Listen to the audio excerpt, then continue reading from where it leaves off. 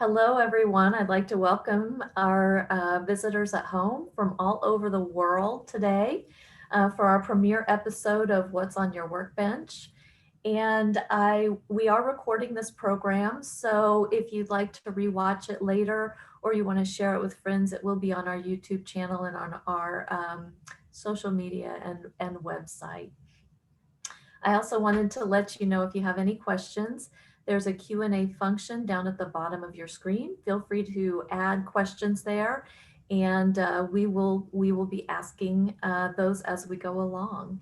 And now, without further ado, I'm so honored to be able to introduce our speaker today, artist William R. Robertson. And you probably know him from works in the museum like Twin Manners and the Architect's Classroom circa 1900. And we're just so honored to be invited into your studio space today, Bill. Well, thank you. And thank you, Laura, for having me on and for doing this. It's been a lot of work to do it, and even involved me cleaning up my workbench.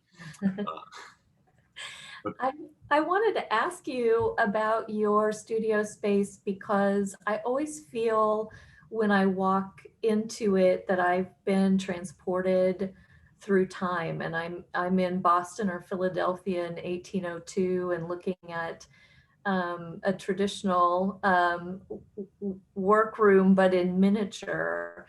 And I wanted to ask you about that because it's such an amazing space. How important is that to you when you're working? It's very important to me. My studio, workshop, atelier, whatever you call it, is probably different than anyone's. First off, I have a couple of them. I have a woodworking shop where I can make messes in and leave messes, which is a catch-all. I jokingly say the first word in table saws is table, therefore it ends up piled with junk. My main workbench is in an old stone basement, and it is below ground. It lacks windows. I wish it had a seaside view, but it doesn't. It's rather unusual, though, for a basement. It has an antique parquet wood floor in it, for starters, and it's covered with Oriental rugs. Most people's workshop doesn't have that. You can clearly see the walls are stone, and they're hanging, on them are hanging 18th century engravings and some early 19th of workshops. They're from the Diderot, from Ries, from Hulot. And I don't know, there's dozens of them here. And to me, the space has to be very comfortable. I mean, I spend hours here. I've spent years, decades in this space, so it has to be good. This particular workshop I've had for a little over 30 years. And there's, I think, 55 feet of workbenches in it. You're seeing a little bit of it. This is my main bench. It goes a few feet that way, but what you're seeing, this bench is 11 feet long, to give you an idea of size. And I can set up with multiple workstations to have multiple projects going on at one time. So I can come down and say, I'm going to work on this, sit down, and everything's right there. And I can sit down elsewhere, and it's a whole other project. And then down on the other end of this area is sort of a machine shop. You know, there's a couple benches filled with small drill presses and lathes, and then big drill presses and milling machines and lathes, that sort of thing. Mm-hmm. And like you said, you've been doing this for decades, more than 4 decades now. And is there a tool on your workbench that has traversed that entire time with you that's sort of your one of your go-to things that you use every day? There are types of tools, but I don't think there is a single specific tool. It's a great question. I'm thinking, I'm kind of like looking. I know there's been a lot of stuff that's been here for 30 years, mm-hmm. but I can't really think of anything. There were some, you have an exhibit in the museum, the Artist's Workshop, which I contributed to, and the Dremel tool that's in that exhibit that came from me It was the Mhm. first Dremel tool I was ever given, and it Mhm. was a Christmas or birthday gift probably when I was 10 years old. Uh, Mhm. it just threw sparks and didn't work so well anymore. And I thought, what better place to put it in there into the museum in that work exhibit thing, you know. Mhm. And a number of those tools are tools that had sat here for a long time. Mhm. But no, I don't think anything survived. I do have favorites, and they stay until a better favorite comes along. Yeah. Like one of them is this pair of skeletonized tweezers that I actually bought at a flea market in Copenhagen almost 20 years ago. Uh-huh. And they just have the best feel. I have 100 pair of tweezers in a drawer. Those are my favorite. They're always on the bench. And Mhm. every time I drop them, which we all do, drop things, I like Yeah. cringe. Are they going to land on their points? Mhm. Hopefully they haven't. Yeah. Well, you have been working on something that you started a very long time ago, and that's what we're going to talk about, the octant. Mhm. So, do you want to tell us a little bit about what this tool is used for? Okay. I'm going to just I'll grab a little quick picture here. An octant, most people think of it as a sextant, but an octant measures 1/8 of a circle and a sextant measures 1/6. Other than that, they're very similar. It was invented by a guy named Haley in the late 18th century, and it's used for navigation. When you're out at sea and you're going, where am I? You look at the stars. And Mhm. this would tell you the angle, how high the stars were in the sky. Now, what people don't understand about an octant is it'll give you a number. That number is not going to tell you where you are. It literally would take about 3 hours of calculations to take those numbers. You'd cite the various stars you cite every day. And then you would go down below deck and get out your little pencil and paper and a couple books of star tables and Uh-huh. spend hours that would give you your location.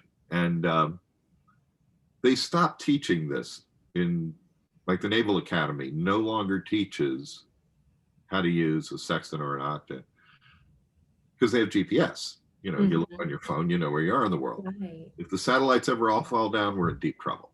Mhm. So that's what the tool is. So this is really an obsolete tool, but just like most tools of the 18th and 19th century, just beautifully made. And what was it that really drew you to want to make this? The challenge of making it. And one of the things, if you look at a lot of my work, you'll see is I don't paint. I don't do colors real well, but yet my work is fairly colorful. Mhm. I used the colors of natural materials. Well, the octant is made of ebony, brass, and ivory. How pretty can that get? So it's a visually gorgeous thing to look at. It's also a fascinating shape and it's interesting. And I have a weakness for antique scientific instruments. I love that kind of stuff. Mhm. So it would be a perfect thing. I also love things that fit in cases. I jokingly say I collect things, pretty things in fitted boxes. Excuse me. And the octant fits in a case the size or the shape of the octant. And the reason it fits in a case that shape is on board a ship, space is at a premium. You Mhm. don't have room to put an odd shaped item in a big square box. It takes up too much room. So Mhm. they make a box just the shape of the item and then put that, in the foot locker in whatever compartment of the ship, and it doesn't waste any space. In a minute, I think you're going to show the miniature, and you'll see that case. Mhm. I Do you want me to go ahead and show it now? Sure. Okay. I'm going to show the one that the museum owns first. And bear with me while I make the switch.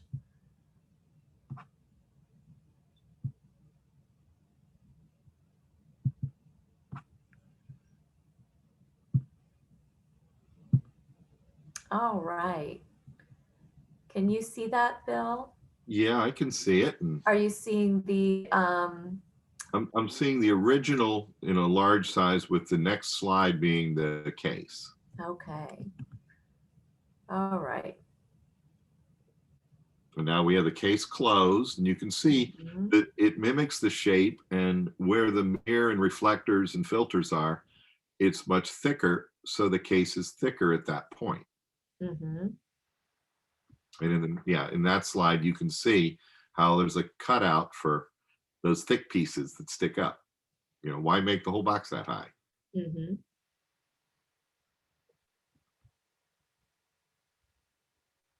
And typically, the exterior of the case, in this case, is just painted a plain gray, and the interiors were often painted, blue. I don't know, it's the color of the sea. Um, I've seen at least a half a dozen with sort of that color of blue interior. mhm. And tell me about your label on the inside. The label, I'm fascinated by 18th century trade labels and printing and Mhm, engravings. And, you know, typically, if you have a good octant, you want it signed by the maker so that if someone else sees it and goes, wow, that one's better than mine, they know where to get it. Well, most octants, if they're in reasonable original condition, most instruments have the label of who sold it. And that trade label is taken, it's actually a composite, but in the center of it is Benjamin Rust, or R. Rust, who was an instrument maker who showed a full size image of a man standing using an octant. And that's what's in the middle of that engraving. And the rest of that is my trade card, which is based on an 18th century English instrument maker's trade card. mhm, And then often you'll see later uh, sellers trade cards in. I've seen octants with, half a dozen labels on them, and someone resells it and they put their label over the original label. They do mhm. that a lot. So right now Oh, we're there's the looking, miniature. go ahead. Yeah, there's the miniature of it. Yeah, we're looking at the miniature and I thought I might flip back real quick and look at the full scale, Okay.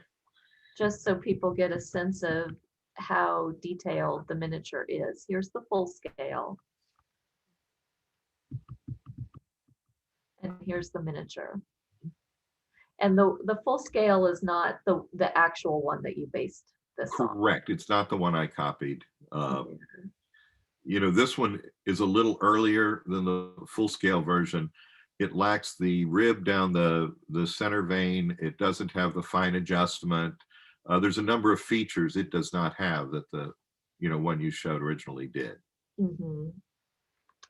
But I'm boggled about what it does have, especially I'm not sure if you'll be able to see this here. This I'm trying to circle it with my mouse, but this is the little peep sight, right? Right. There's a little That- peep sight there at the end, uh-huh. but you look through, and I actually have a blow up of a picture of that peep sight. Wow. That's what it looks like with two little holes to sight the two different angles. So Uh-huh. that's what that little piece sticking up there that looks like a little auction paddle or whatever it is. Yeah. And then we have the index mirror right here. Yeah, the mirror on there's actually two small mirrors that reflect back up to the big mirror. It's kind of a zigzag reflection. Mhm. And the most delicate part of it all is between the two little mirrors that's kind of on the bottom of your picture, there's a little square thing. That's actually three hinged filters. And they actually work on the miniature. Oh, Uh, no. I don't know if you've ever unfolded those, but I there's, have not. yeah, I forget whether it's two reds and a green or what. And I do not have a picture handy of the filters for some reason. I don't know where it went, but I don't have it. But that's what those are. They're little hinge filters. Uh-huh. They were the hard part to make. I bet they were. So these all just you can select the filter that you want and unfold it Right. and Because it you might be becomes looking directly at the sun. Uh-huh. So it's like, no, I don't want to hurt my eyes. So do I need Yeah. two filter or three filters? Are they glass filters? The originals would have been glass. Mm-hmm. Um, miniaturists have to look for unusual materials to make things out of. And I found the perfect material to make those out of. And I'm going to see if it is right here. Nope, not in that drawer. Now I'm going to be at a loss to which drawer it's in. I don't know where it is. Anyway, the tabs on file cabinets, the old manila Yes. folders, and they have the brightly heavy plastic tabs. Uh-huh. The perfect thickness and the perfect strength. So that's what the filters are actually made of. Yeah. And somewhere around here, I had made a little punch to punch them out.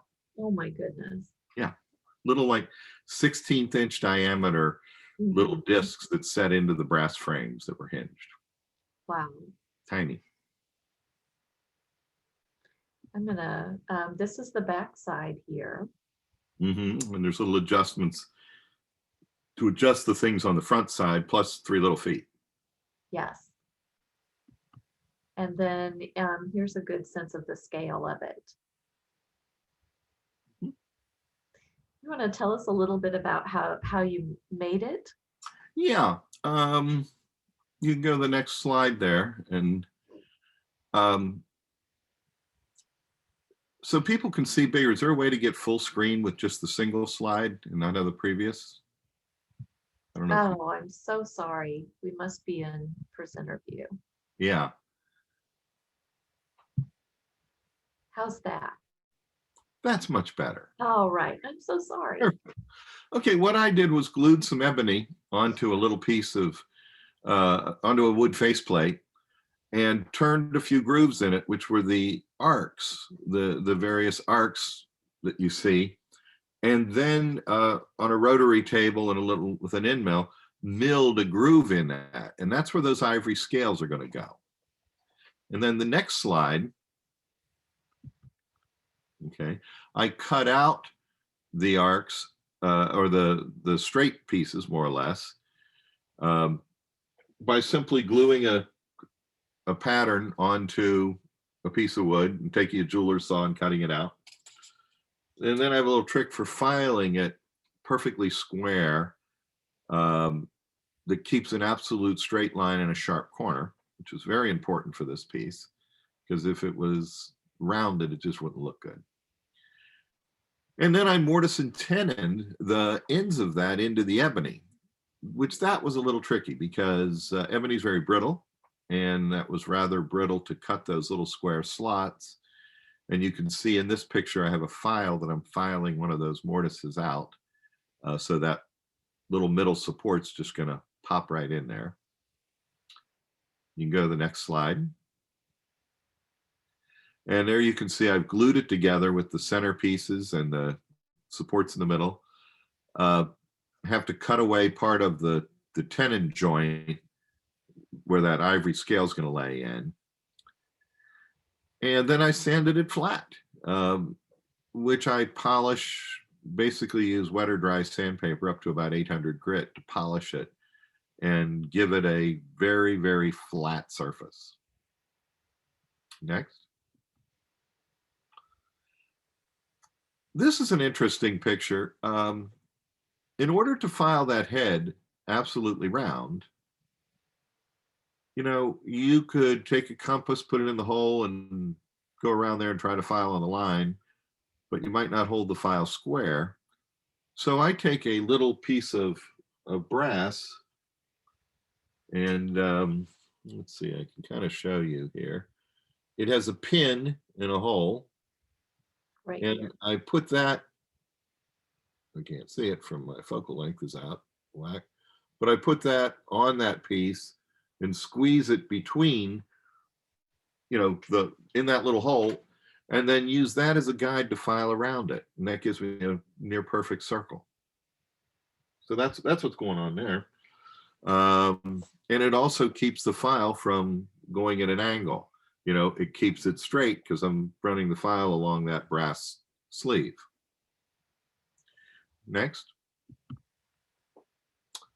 For the ivory, I'm using some fairly ancient piano keys. My sister is a retired piano tuner, and probably in the early 80s, she gave me about 10 pounds of ivory keys that were from 100-year-old pianos then.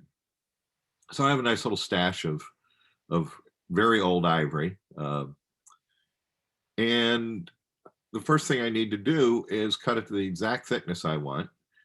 And I was once at a conference of model builders, and we were joking about the difference between a machinist and a model builder. And the joke basically was that a machinist will hold work on a milling machine in a vise. A model maker will use super glue or double stick tape. Mhm. And here I'm double stick taped a piece and of ivory down to a little block that I've trued up on the mill, and just run the thing across, peel it off next. Quick way to get the ivory an absolute even thickness. The next slide. To engrave the scales, I'm going to do those on a pantograph, and this is a Deckel Model GO that the date just went out of my head, but I think it was 1929. This machine was made in Munich in 1929 and sold in Philadelphia to a company that went out of business. And in 1930, they sold it to the University of Pennsylvania. And in the 1999, 2000, somewhere around there, I bought it. So I'm the third owner of this machine that's now 90 years old. And the neatest thing about it was, first off, it's a very small Deckel engraving machine. It'll go from 1:1 to 50:1 on its ratio of reduction. The work table's only 8 by 8 inches. I haven't made anything bigger than about an inch in my whole life, so that works fine for me. A lot of these machines, the bigger Deckels, some of them weigh a couple thousand pounds. The last thing I need is a couple thousand-pound machine sitting here. But one of the cool things about this machine was when I bought it, it came with all its paperwork, including its original blueprints and the shipping label from when it was shipped in 1929. And every accessory listed on it is still with the machine.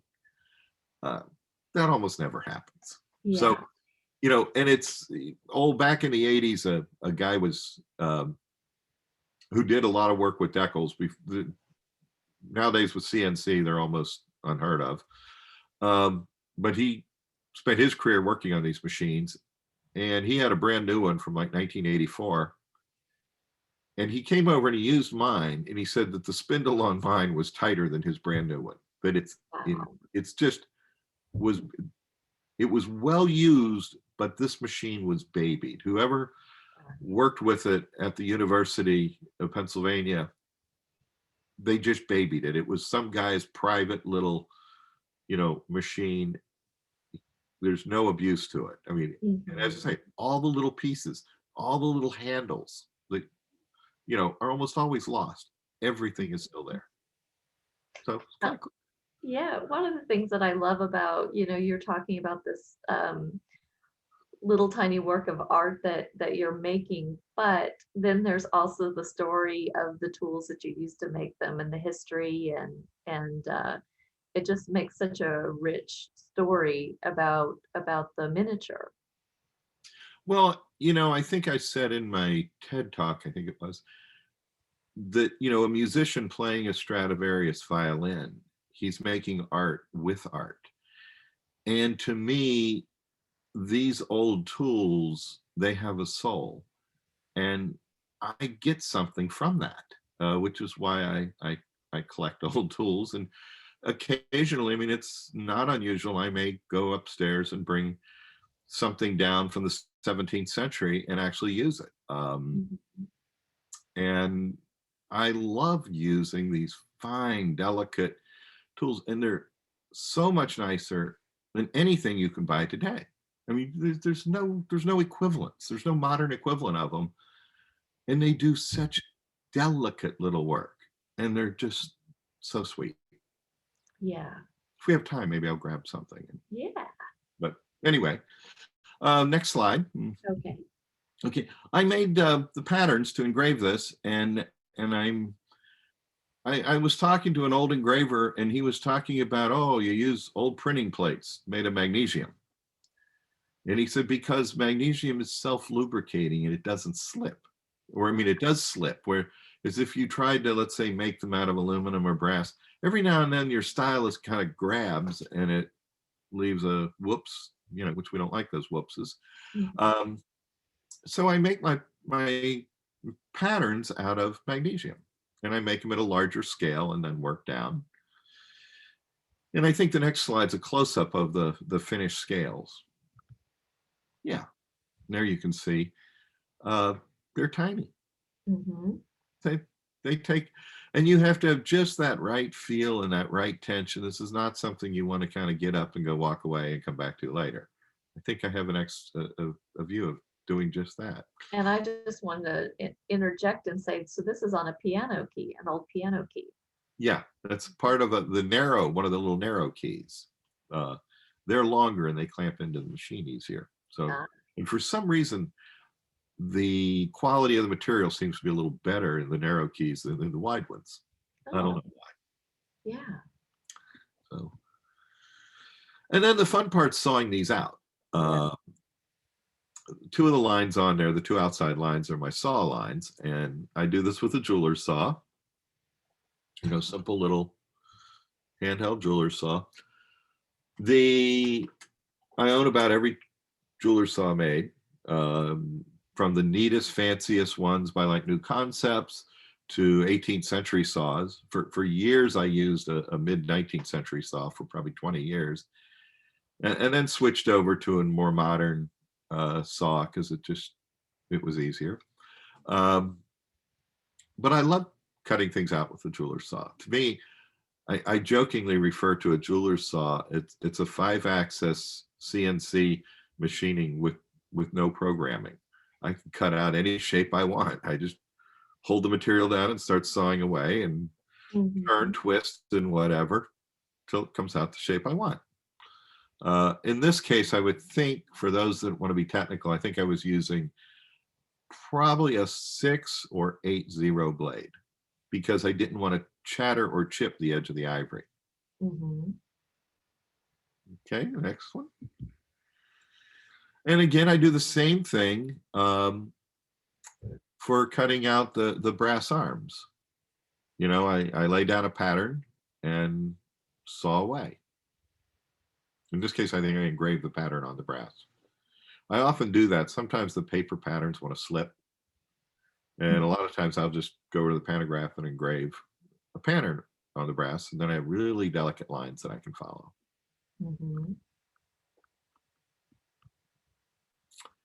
And then this is a kind of an unusual trick that I sort of based on a swing tool, which is a watchmaker's tool for filing flat surfaces. That when you use the file and you're going to file on something, your inclination, and I'm exaggerating this, is to do this, and that gives you a curved surface, which you don't Mhm. want. So you want to have that file in a perfectly straight plane.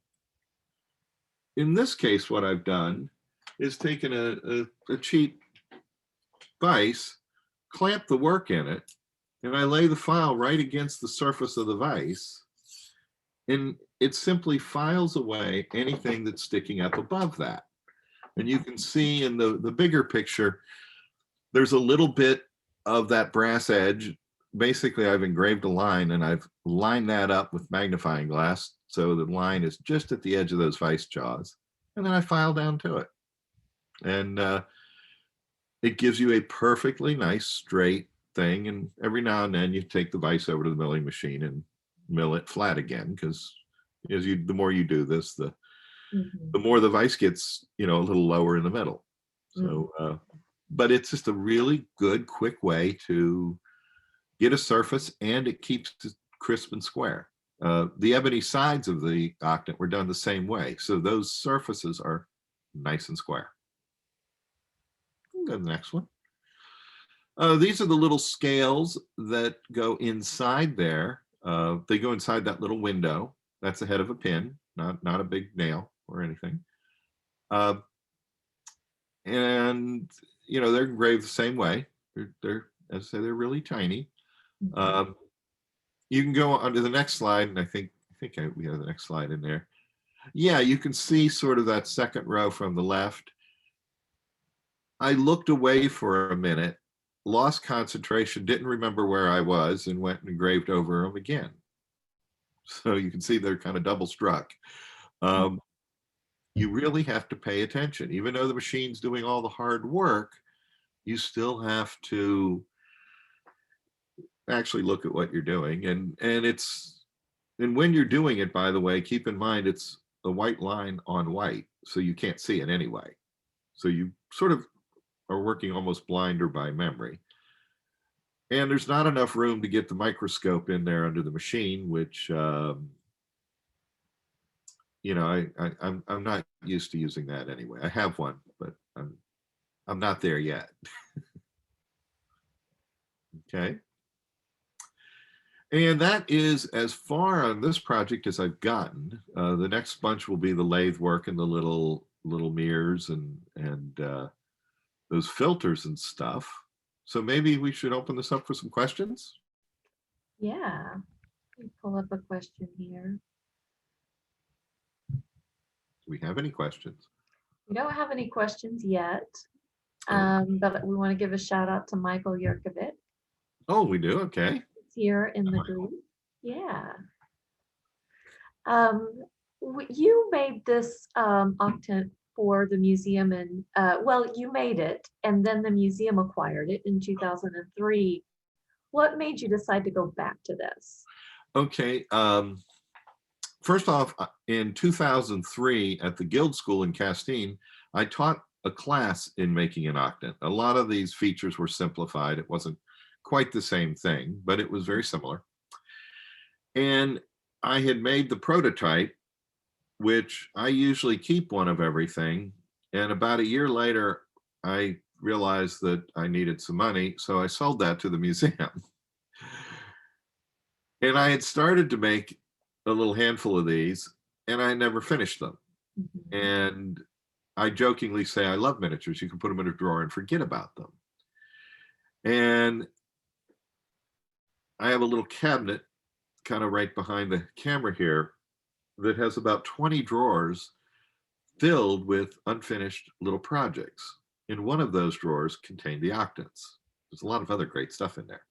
Your cabinet of dreams. Yeah, sort of. It's sort of a cabinet of unfinished projects at, I don't know what, there's lots of names, things you could call that cabinet. Anyway, earlier this year, as one of my many pandemic projects was to do a thorough cleaning of my workshop, which I did. And that involved digging my way down to that cabinet. And I looked through it, and it's like, I really want one of those octants. So I thought, I better make one of those octants. So that's what I decided to do. So it's been 17-ish years since you made the first one. Is there anything that you've changed or anything that you've learned since then that you're adjusting this time? Yeah, one thing. One of the things, if the engraving on these is much, much finer. The lines are a lot thinner than that first one. Mm-hmm. And the other parts, it'll be interesting how they come out. Mm-hmm. I've learned to polish mirrors better than I used to. The mirror will be made of nickel, kind of nickel silver. So yeah, it'll be interesting to see how they look when they're done. Mm-hmm. We won't know that just yet. We do have some questions from Tamara. Did you use ink to make the lines appear in the ivory? There's a lot of fancy ways to do it. You can read a lot of books about fancy recipes.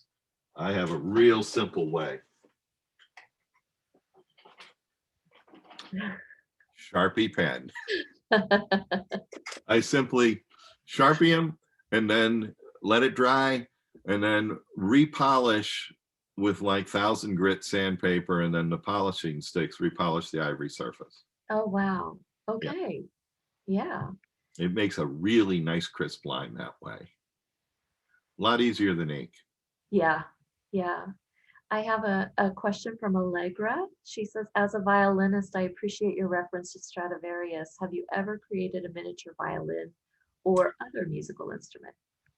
The only instrument I've ever made was I made a couple little recorders back in the late 70s because my sister at the time played a recorder, and there was one sitting upstairs that I went and brought this thing down and, what is this? And put a piece of boxwood in the lathe and turned a recorder.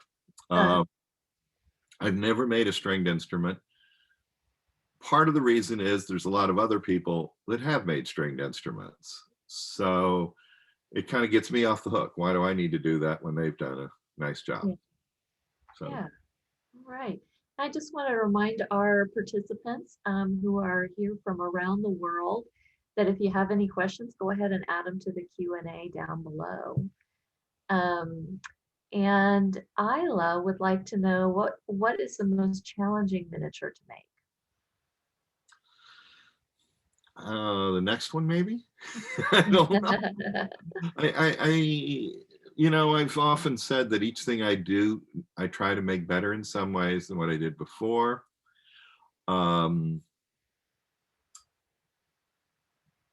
There are certain things that are challenges. Some of those challenges are because of a certain mindset or lack thereof at that particular week.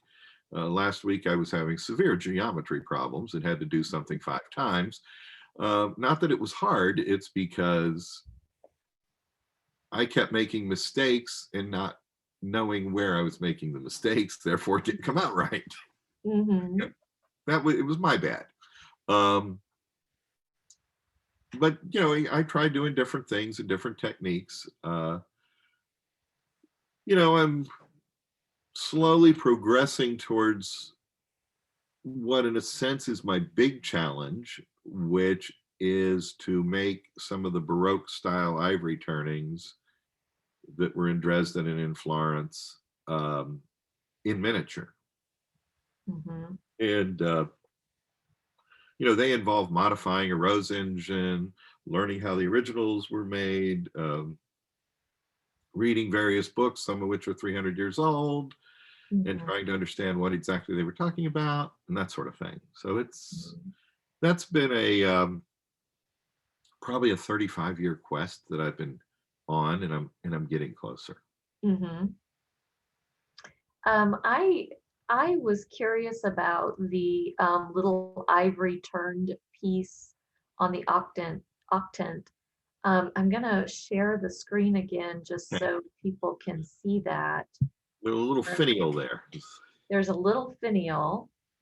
Um, and are you seeing the full screen and not the presenter's We're view? seeing the full screen, but we have the case, not the finished octant. Yeah. I go back Okay. one slide. There you can see it, but not real well. Yeah. It's, Maybe you go back to the original. Does it have one? Your slide number 1. oh, sorry, I Oh, don't know you're here at where. the back end. Aha. Now we see why. Yes. Click all through them again. Mm-hmm. I wish I could have built it that quick. Yeah. The original one does It the does one not with have the, one, so go back a couple. yeah, and I Yeah, was I looks was good. trying to, The little white dot in the middle is what you're talking about. Looks yeah, like a little urn. yes. On many octants I have seen, that is purely a decorative doodad. Okay. However, in the text, it says, in some cases, that was a pencil holder. Oh. That's the tip of a pencil. And in the drafting sets of the day, they would have a very similar thing, but it was a little flattened in the drafting sets of that same period that would hold the end of a pencil. And a pencil, was not the yellow octagonal pencil we know of today. It was basically a piece of lead crammed in a piece of wood. Uh-huh. Anyway, that's what that is. So Okay. should be, you know, and it was just a short little, and that was to note down the measurement. So in other words, as you're reading this instrument out and getting your degrees, minutes, and seconds, and you suddenly forget, I need to write it down. What am I going to write it with? There's a pencil handy. And how did you turn that? Did you did you Put use a, a lathe? put a little piece of ivory in the lathe and turn it. Goodness. Yeah, I was gonna just go back to me holding it. You can see in um, relationship to my finger just how tiny that is. It's smaller than a grain of rice, I think. Oh, way smaller. Yeah, Hey, yeah. to give you an idea, that little plaque with my name on it is about the size of a regular grain of rice. Okay. So Yeah. it's way smaller than a grain of rice. Mm-hmm. I'm gonna go back here so that we can look at another question here. Uh-huh. Linda says, what will be your next UFO you will start on working? I have no idea. You know, I half the time I don't know what I'm going to work on when I walk down to my workshop. You know, I typically have a half a dozen projects going at one time, or at least let's say three or four. And a lot of times I might sit down in one place and my brain's on another one, so I just move over there. And I get a lot more done that way. Mm-hmm. Whereas if I try to sit and do what I'm not, you know, if I'm trying to do one thing and thinking about another, I don't get anything done. So this way, I've kind of learned in this pandemic, has been a very interesting process of relearning how to work and all that. Mm-hmm. 'Cause I used to constantly be jumping on airplanes, flying around the world doing something, and that all came to a screeching halt. Yeah, well, that was actually one of my questions. I think you've been one of the busiest men I know during the pandemic because you've been working on your catalog project. You know, I did it's been a good pandemic for a lot of reasons, but um, some of the things that I actually got done in this pandemic was I did a website. I went on social media. My website, by the way, has what 600 photographs on it, which meant I had to sort through the photographs. You know, there's a list. The last resume I had written that I found in my files, I have a couple file cabinets upstairs full of junk, was dated 1987. We probably can assume I've done a few things since. Um, it was insane. It took weeks just to do the resume. And you know that even includes a list of, yeah, I've taught classes all over the world. Where? What? Well, I looked them all up. I had records that I could decipher, and you know Mm-hmm. I did. We've gone and taught over 100 classes. Uh, Mm-hmm. so anyway, I did a website.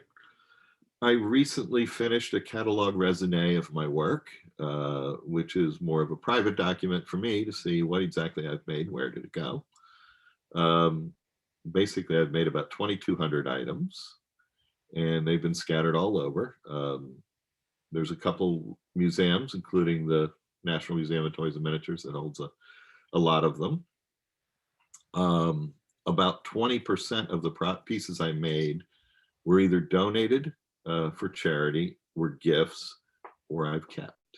Uh, I actually own probably the largest collection of my own work there is, which is kind of interesting. Mm-hmm. The another thing I did was I did what no one ever thought I would do is I went on social media. You can see I post almost daily on Facebook and Instagram. However, I still don't carry a cell phone. It's like, I'm not going that far. And last week, I think Friday it was, I just put a big, 36-inch computer monitor in my workshop. I had to move some 18th century engravings to make room for it so that I can sit at my workbench and do that. Mm-hmm. You And know, I just want to remind everybody at home that we are recording this. So if you joined us a little bit late, you can always pull up the recording later and take a look. And You mentioned jetting all over the world to teach classes, and Marie Louise wants to know, do you teach classes in the Netherlands? I have in the past, and I hope to in the future. So Mhm. I actually got an email this morning about that, and I definitely would love to return.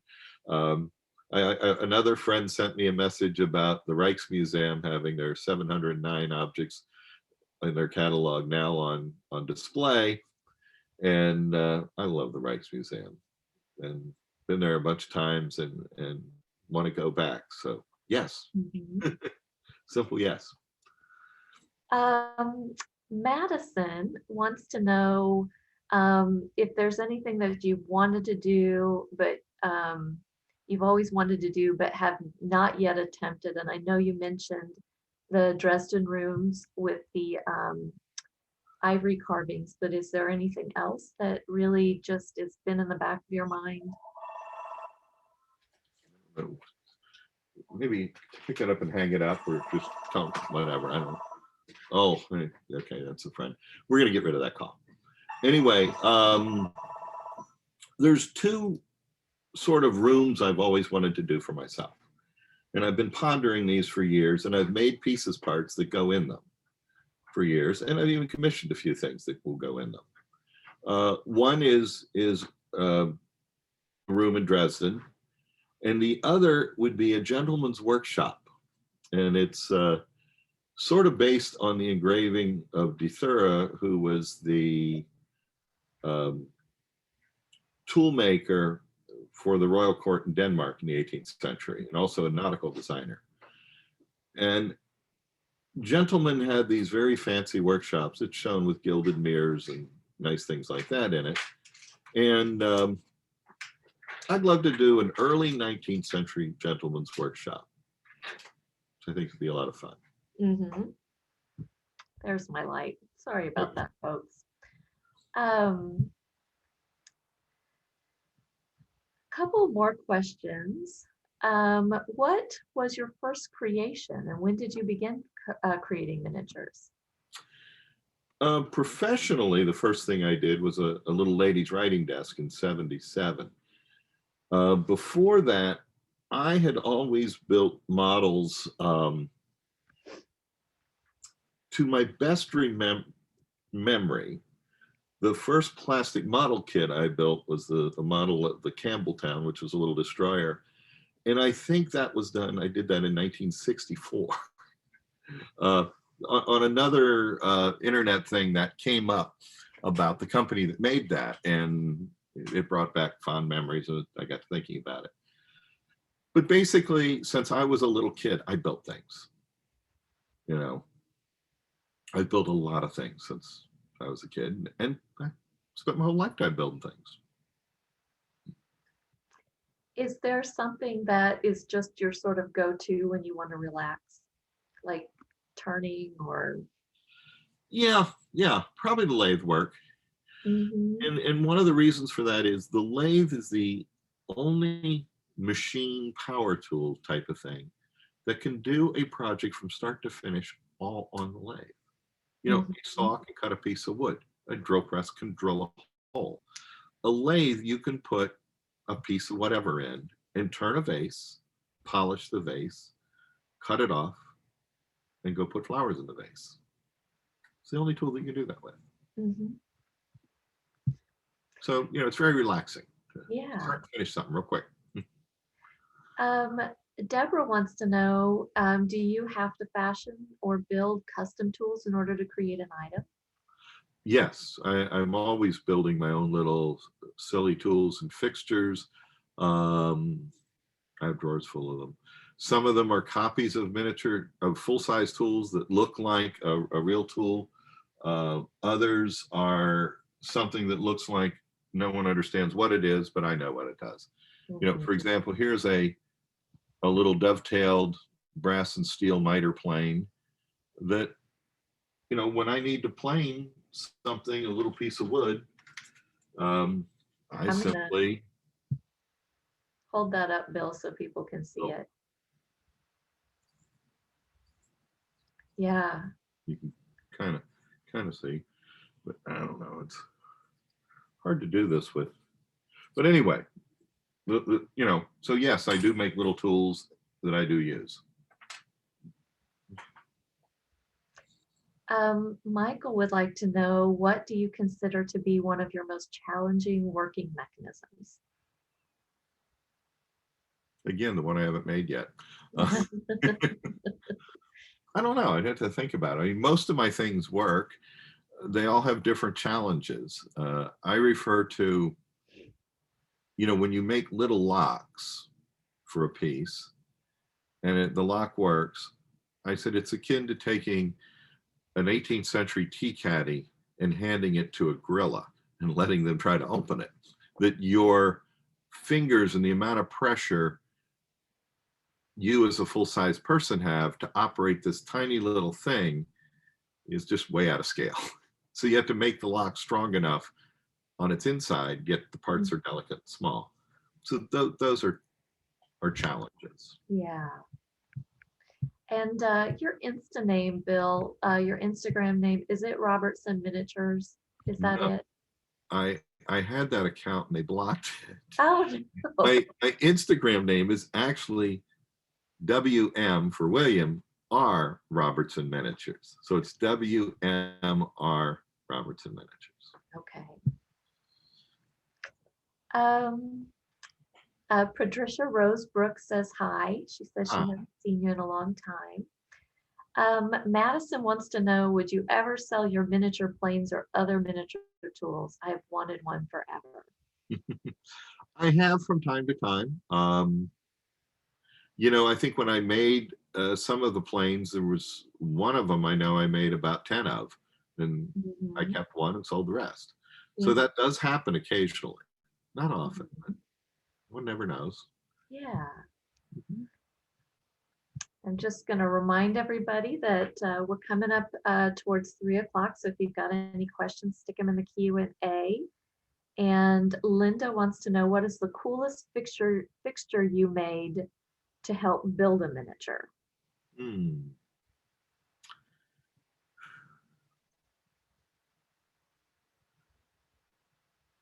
Great question. It's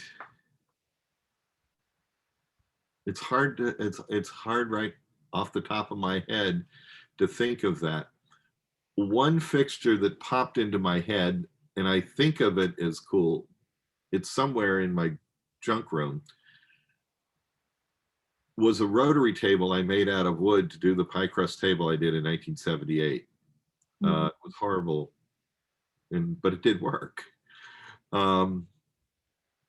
But yeah, my fixtures now are a little more streamlined and work better. But for some reason, that one comes to mind.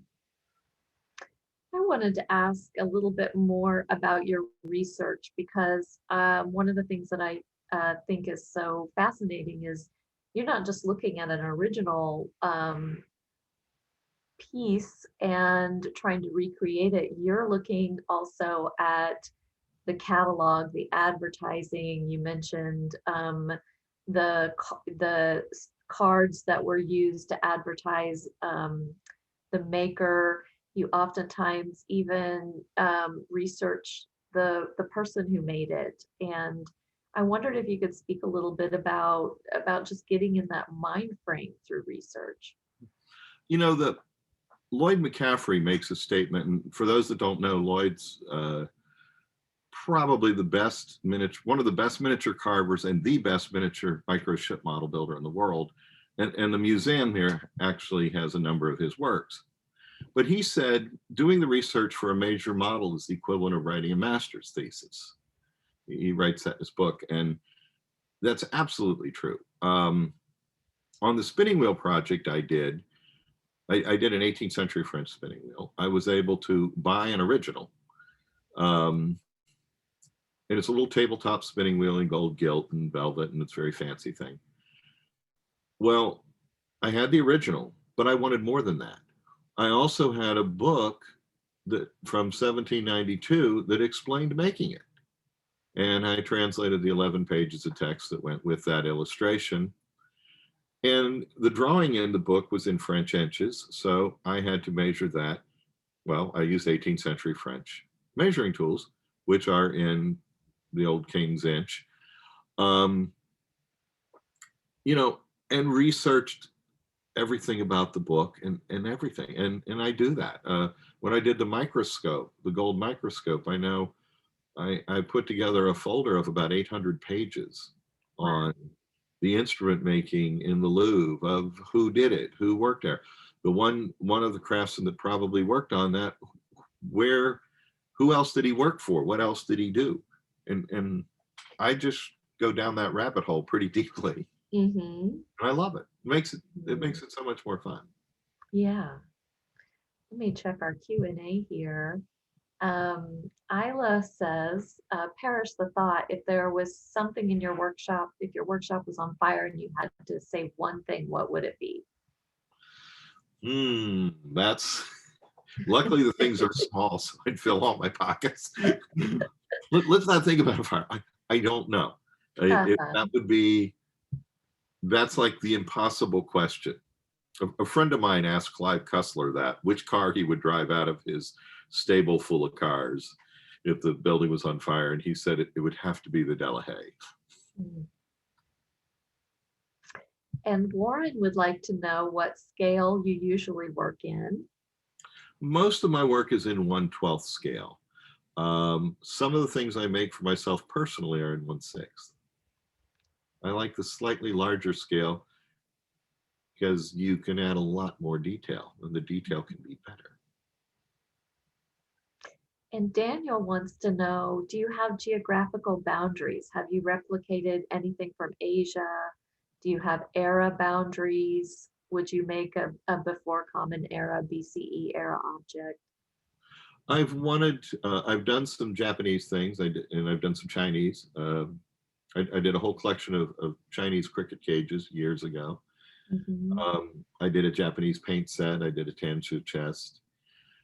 I've always wanted to do an astrolabe in gold, uh, which is a Middle Eastern instrument. Basically, I don't really have boundaries. It's just got to be really pretty. Mhm. Mhm. Um, let's see what else we've got.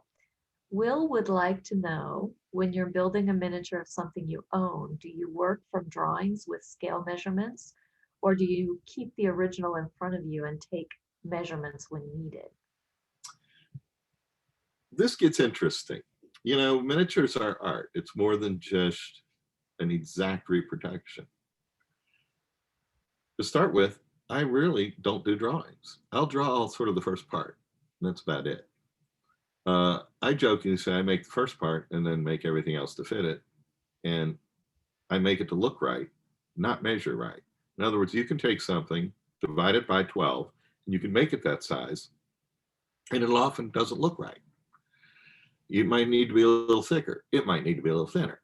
Um, I say the eye is the final judge. The people look at your work, they don't pull out a micrometer and put a micrometer to your work. I'm not building things that go in a NASA spaceship or something that have to be a specific size. Um, you know, my parts are not interchangeable. You can't take this off this one and put it on that one. Um, so it's all about the look. So if I'm building something and I have the original, which I often do, the original's sitting right here. Mhm. And I'm making my artistic interpretation of it. Um, Years ago, I did an 18th century architect's table. And I was basing it all off of a table that was in uh, either Sotheby's or Christie's that they had sold. And they said it was a George III, George II style table. And they saying how they were kind of unusual. And I was a third of the way done, and one of those tables came up for sale down in Louisiana. And I thought, I'm going to try to buy this. It wasn't a perfect example. It was a good example. I mean, it had a lot of restoration. It was going to be affordable. Anyway, a week before the auction, another one came up in Pennsylvania. They were similar but different. This one had quarter columns. This one had full columns. This one had better candle stands. This one had a better lift desk, on and on and on. I spent all night flipping back and forth between which of the two I should have. I had the condition reports on my iPad. I'm laying there going back and forth. And about 5 a.m., in my sleep deprived state, I figured this is very simple. Just buy them both, study them, and then get rid of whichever one you don't want. One is upstairs in the study, one is in the library. And that was many years ago. I still haven't decided which one I liked. I did finish the miniature, but I still have both tables. So that happens sometimes. Mhm. And our Nell Corkin, I think this is Nell Corkin, says, if it looks right, it is right. The secret of making miniatures. That's very true. Mhm. I totally agree. Andy would like to know if you could show him and the rest of us your tools for cutting miniature dovetails. I do them with a jeweler's saw. Yeah. Yeah. That's my, when I jokingly said earlier, it's like a 5-axis CNC machine with no programming. Mhm. I just cut them. And I learned from Mac Headley, the master cabinet maker at Colonial Williamsburg. The hard part was drawing out the lines and then trying to cut on the lines. And Mm. Mac and I were talking one night, and he said, he was studying these early work, and he said, they didn't draw the lines. They didn't measure the angles. They just cut the stupid things. He said, you just cut them and make them fit. That's Mhm. how I do the dovetails. That's my secret, is you don't draw lines. You just cut. Um, someday you'll have to see me do it. And Tara wants to know what blade size you use.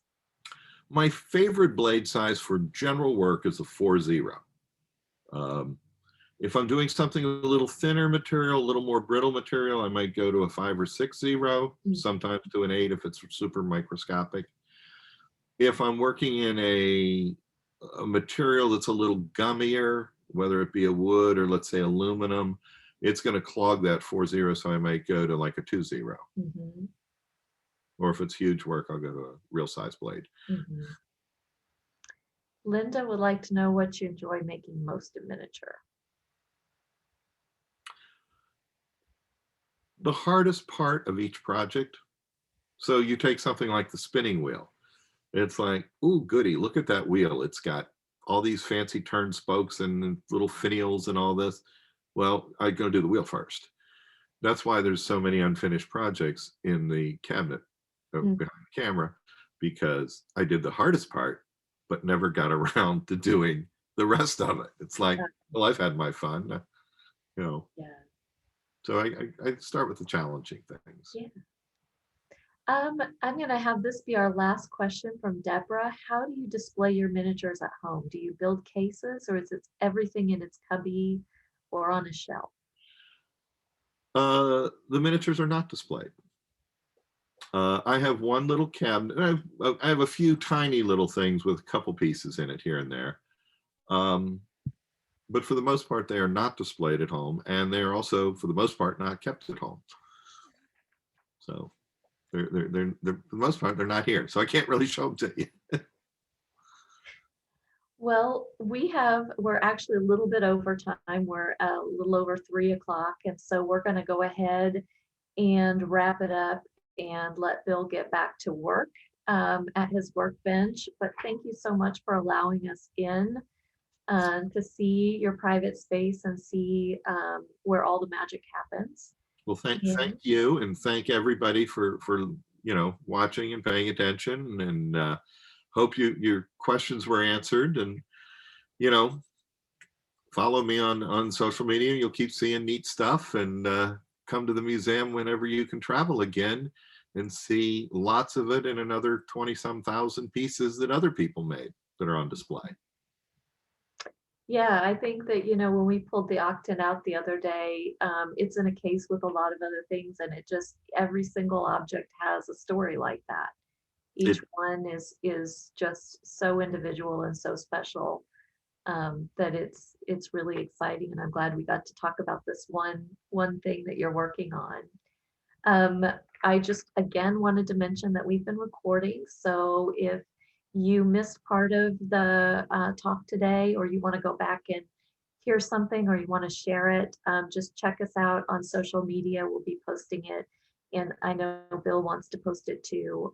So you'll have another chance to see it. And I also want to extend a big thanks to Kelly and Jason, who have been keeping us running on the back end as well. Thanks again, everyone, and I hope you join us for the next What's on Your Workbench. Thank you. Bye-bye. Mhm.